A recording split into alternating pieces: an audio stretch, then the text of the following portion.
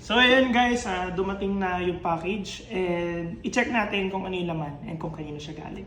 So ito, from Razer. Maraming salamat po Razer sa pinadala yung package. And i-check na natin kung ano yung laman. Wait lang. Ito na siya. Yeah.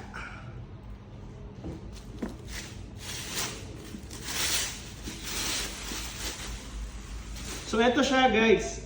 Ayan. Razer Kitsune All Button Optical Arcade Controller. So, ito yung bagong release ng Razer. And ito rin yung mga gusto kong magkaroon dati. Kasi syempre, di ba, ang usual na ginagamit natin yung may analog. Ito wala siya. Nakalimutan ko yung term na ginagamit nila dito. Parang mix box yata or something like that. Pero ito yung sariling model ng Razer. So, buksan natin para makita natin yung loob.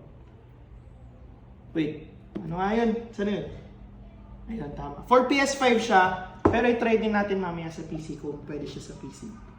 Wala pa kasi tayo PS5 guys. Sa PC tayo naglalaro, doon tayo nag-online ng Tekken 8. Doon natin ginagawa lahat. So, wait lang. May dalawa siyang tape sa gilid. So, ayun guys, first time ko magkaganto. And, alam niyo naman, nasanay tayo dun sa isang stick. Diba? Yung ginagamit nating stick, diba? Yung Razer na Pantera. Ayun lagi natin nakikita. Yun ang ganda rin nun kasi tama yung bigat niya tapos di siya nalalaglag. Uy, ang ganda. So ito siya guys. Kita nyo? Ayan siya. Labas natin sa box.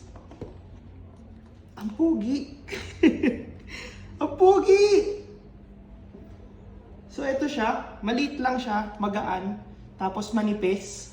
Which is sobrang magandang dalhin to sa mga tournaments kasi magaan na siya sa likod, hindi siya mabigat. So ito siya, ito yung panggalaw niya. Ito yung left, down, right. Tapos ito yung talon or up natin. Tapos ito na yung mga buttons. Kanlit lang pala ng ganito guys. So wait, check muna natin yung laman ng loob. Dito ka muna. Ito meron din siyang wires. Alam niyo ba't alam pong wire? Nakalagay kasi wire. Hindi naman nakikita yung loob pero alam ko na kung ano yung laman. So ito yung wire niya. So mahaba rin siya guys. Isa rin yun sa mga nagiging common na ng mga stick pag maikli yung wire. Kasi syempre di ba, kailangan mo lumapit. Ito mahaba. So ayan siya. Ito yung stick. Tapos, may isa pa siya nakalagay. Baka nandito yung mga instructions. Ayan, nandito na rin yung instructions. So, kompleto yan guys. Makikita natin dyan kung paano gamitin. Ito. Tapos ito, ang angas. Yun lang naman. Yun na yung laman niya. Wala nang iba. Or meron pang hidden dito. Maraming salamat sa Razer guys. Kasi naalala nila tayo. Diba? Binigyan nila tayo ng Kitsune. Binigyan nila tayo ng sarili nating gantong stick. Which is sobrang helpful. Kasi yun. Ang ganda guys. Sobrang ganda.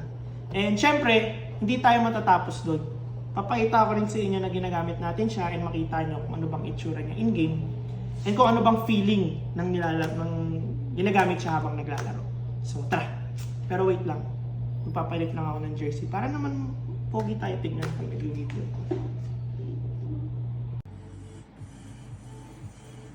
So, ayun guys. Nandito na tayo. And naka-jersey na. Nakapagpalit na tayo ng damit. Playbook Esports na yung suot natin. And papakita ko lang sa inyo kung paano ba gamitin yung Kitsune. So, ito siya guys. Mix box, hitbox. Actually, hindi ko talaga alam. Basta pag ako tinanong, Kitsune, ito yun, di ba? Wala nang magkakatalunan doon. Kitsune.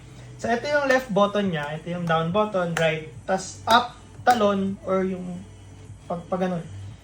Yung pinagkaiba niya dun sa mga luma kong stick. Kasi alam niyo naman, di ba, pag nakikita niyo ako naglalaro, yung ganun yung gamit ko. Ito. Wait, tabi lang natin. Ito yung gamit ko, guys. Yeah. Ito, Razer Pantera. Ito, dito ako sanay. Ito yung pinaglalaro ko dati pa. Lahat. So ito rin yung ginamit ko nung sa SEA Games 2019. Ito yung binigay ni Razer, kaya thank you ulit Razer sa pagbigay ng magandang stick nun. Kaya ang ganda ng performance natin. So dito ako sanay. Pero itong binigay niya ng Razer na bago, Kitsune, wala na siyang ganun. So first time kong makagamit na ito. And syempre papakita ko sa inyo kung experience. Pero ito yung one niya sa Tekken terms or fighting game term. 1, 2, 3, 4. Or square, triangle, X, tsaka circle. Tapos ito naman yung R1, L1, R2, L2. Tapos ito yung PS button. Tapos ito yung, ano mo ito ko nang tawag dito, pero ito yung pinang-re-reset ko eh. Tapos ito yung start, tsaka isa pa. Tapos ito may nakalagay dito for PC, so hindi lang siya for PS5. So pwede siya sa PC natin mamaya. Tapos ito yung importante, yung lock. Pag napindot mo yung pause, hindi ka madi-DQ. Kahit mapindot mo yung pause ng tournament kasi nakalock siya. Tapos, ito guys, yung para sa wire naman. Ito pala yung wire niya. So, yan. May cover din. Ito naman yung para sa... Ang gaan. Ito naman yung para sa wire niya. May lock din siya. So, unlock lang natin. Yeah. Tapos, buksan natin siya. Tapos, ayan. So, dyan natin isushoot yung USB. And, ang laking tulong ng lock guys. Kasi, syempre, pag ganyan, kunyari, nilock mo na siya. Excited ka. Intense yung laro, di ba? Pagka panalo mo, nahatak mo ganun. Eh, tinatanggalan ka ng round. Hindi siya mapuputol kasi nakalock siya. So maglalak yung wire. So isang ano na naman yan. Tapos ito pa. Ito yung pinaka tuwan-tuwa ko guys. Kasi alam nyo naman, pag naglalaro tayo, di ba nadudulas lagi sa legs natin. Yung mga player, buhat ng ganun. Pero itong Kitsune guys, built-in na siya ito. Ito pa yung isa sa pinakamagandang feeling pag bago yung stick or bago yung product. Yung tatanggalin mo ganyan, tapos ikaw yung uno. Ayan o. Sarap. So, ito siya guys. Meron na siyang ganon. Hindi ko alam kung anong tawag nun. Kasi yung mga iba kong stick nun dati, yung hindi pa Razer nilalagyan ko pa yun ng bilog-bilog para lang hindi matanggal. Pero ito, dinigyan na nila yung Kitsune, provided na. Para, tingnan nyo. Oh, hindi natatanggal. Hindi kayong bubuhat ka ng ganon. Ganon ako dati. Buhat ako ng buhat kasi nalalaglag sa legs ko. Pero ngayon wala na. Kapit na siya. And, kailangan din yun sa Kitsune kasi sobrang gaan niya guys. Pero ayan, hindi na siya natatanggal. So, i-testing na natin sa laro para makita nyo kung ano bang difference ng Kitsune or yung walang stick sa merong stick. So ito, kakabit ko lang and habang kinakabit ko guys, naalala ko naman yan, nag-ching, nag-ganun. Nung bata pa ako, kasi di ba more on arcade tayo, tapos biglang lumipat na ng PS, nag-console na tayo, so kailangan na natin ng sariling stick. Eh nung mga panahon nun, wala naman ako sariling stick. Kaya lang, saksak ko lang. So nangihiram lang ako sa mga katim ko pag tournaments. Eh syempre, pag player ka, kailangan kasi may sarili ka ng stick eh. So, kailangan ko na bumili ng sariling stick ko. Kasi paano yun, pag nag-tournament ako, tapos wala akong mahiraman, di ba? Kailangan ko na bumili ng sarili kong stick. So, may nakita akong post sa page nun. May post siya ng stick na binibenta. And, syempre, bata tayo, wala tayong idea sa mga ganon. At gusto ko lang naman ng stick kasi gusto ko maglaro. Umiilaw! Uy! Umiilaw guys. Ang ganda. Tapos, ayun. Diba? Umiilaw oh. Oh. Pantay na sila ngayon, match na sila. So ayun, balik tayo sa kwento. Wala akong idea nun. Gusto ko lang talaga magka-stick. Masarap naman sa feeling na ito. Gusto ko lang magka-stick. Alam nyo na, gusto natin bumili ng sarili stick. So nakita ko ngayon ng post na nagbebenta siya ng stick. So nag-comment tayo ngayon. Kasi nga, gusto ko ng stick, diba? Sabi ko, wait, practice tayo pala. Tama. Ayaw nga pala, wait lang. Kaya ako nakatingin dito guys. Para makita nyo to. Kasi dalawa yung monitor to. So, dito ako titingin. Kasi pag nakaganto, hindi nyo makikita. So, pag ganyan, kita nyo. So, gusto ko ng stick. Nag-comment ako ngayon, 2,000. So, inantay ko yung reply niya. Nagulat ako, reply sa akin. Low baller daw ako. Sabi ko, ano yun? Hindi ko na maalam yun. Sinearch ko pa para lang maintindihan ko. Yun pala meaning nun, barat daw ako. Sobrang baba ko daw mag-price. So, ginawa ko nun guys, syempre di niya naman binenta sa akin. Ang ginawa ko nun, di tayo sa may lama. Ang ginawa ko nun, ginalingan ko lalo. Araw-araw ako nag-practice. Hindi ko hinayaang may araw na lumipas na hindi ako nag-practice. Araw-araw, every week, every month, every year, lahat ng tournament sinalihan ko. Mas, alam niyo yun, mas nag-grind ako in short. Mas nag-grind ako nun. Tapos, ayun na, dumating na sa point na nagkakaroon na tayo ng sarili nating stick. Kaya niyan, di ba, binadalhan tayo ni Razer ng sarili nating stick. Ewan ko, natuwa yung Razer sa atin, napadalhan tayo ng stick. And gusto ko rin i-note guys na pag player kayo ng fighting game, kailangan nyo talaga ng sariling stick. Kasi pag wala kayong sariling arcade stick, ang hirap yung manghihiram tayo. Syempre not all the time naman makakahiram tayo. Iba pa rin yung may sarili ka. Talagang kailangan mo talagang laanan ng budget. Kahit mahal, mahirap kasi mahal. Pero pag yung stick mo naman, 'di ba, high quality gaya ng tong Kitsune o kaya yung Razer Pantera. Sobrang sulit, guys. Yung Razer Pantera ko, ilang years ko gamit. Hanggang ngayon nga ginagamit ko pa rin. Gumagana siya, walang problema. So yun. Gaya nga ng sabi nila, 'di ba? Right tool for the right job. So kailangan mo talaga ng sarili mong arcade stick kasi ito yung right job. Ito yung job at yun yung right tool natin para sa job na yun. So yun lang naman, gusto ko lang i-share sa inyo yung journey natin kasi natuwa ko guys na naalala tayo ni Razer, pinadalhan niya tayo ng sariling stick na yan. Itong Kitsune. And yun nga, yung mga dati, yung SEA Games. Tapos ito talaga special kasi first time ko to. So yun, try na natin ngayon sa laro. And sana natuwa kayo sa kwento. So try natin sa laro. Wait lang, kakapain ko lang. Ito ba yun? So ayan yung restart. Doon tayo sa may wall. Ay hindi. Ano ba? Sa may wall tayo pero magsiswitch tayo ng pwesto para hindi ko kasi napili yung walang wall eh.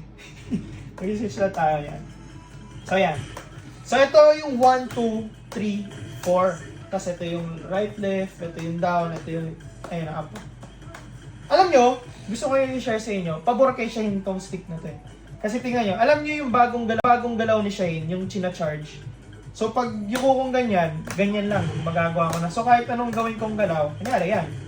Mababawain ko na, mababuff ko na agad. Diba? Kanyari, ganyan. Tapos gaganunin ko na lang. Hindi mo magagawa yun sa iba. Kasi ito no-hold mo yung down. Eh pag controller ka, kailangan mo ibaba. Eh yung ibang move, kailangan, kunyari, yung down, back one. Hindi ka naman nakayoko pag gawa mo eh. Pero pag dito, ma-hold mo yung yoko, tapos magagawa mong ganun. Ano pa ba? Kunyari, yan. Nakita niyo yung orbital ba tawag niyo? Orbital ni Shane. Up yun, pero magagawa ko pa rin yung ganun. Yun yung mga perks pag ito. So, ayun lang naman guys. Gusto niyo ba makita ng nilalaro ko? Try natin na nilalaro. Doon lang tayo sa versus CPU. Huwag naman tayo mag tayo dun sa mga online kasi syempre bubugbugin tayo doon. Di ba tayo sanay sa stick natin? Shaheen na lang tayo. CPU pa lang naman. So, ayun lang. Ang sarap niya sa feeling kasi hindi nyo ba napansin? Ni isang beses hindi ko pa siya inanga.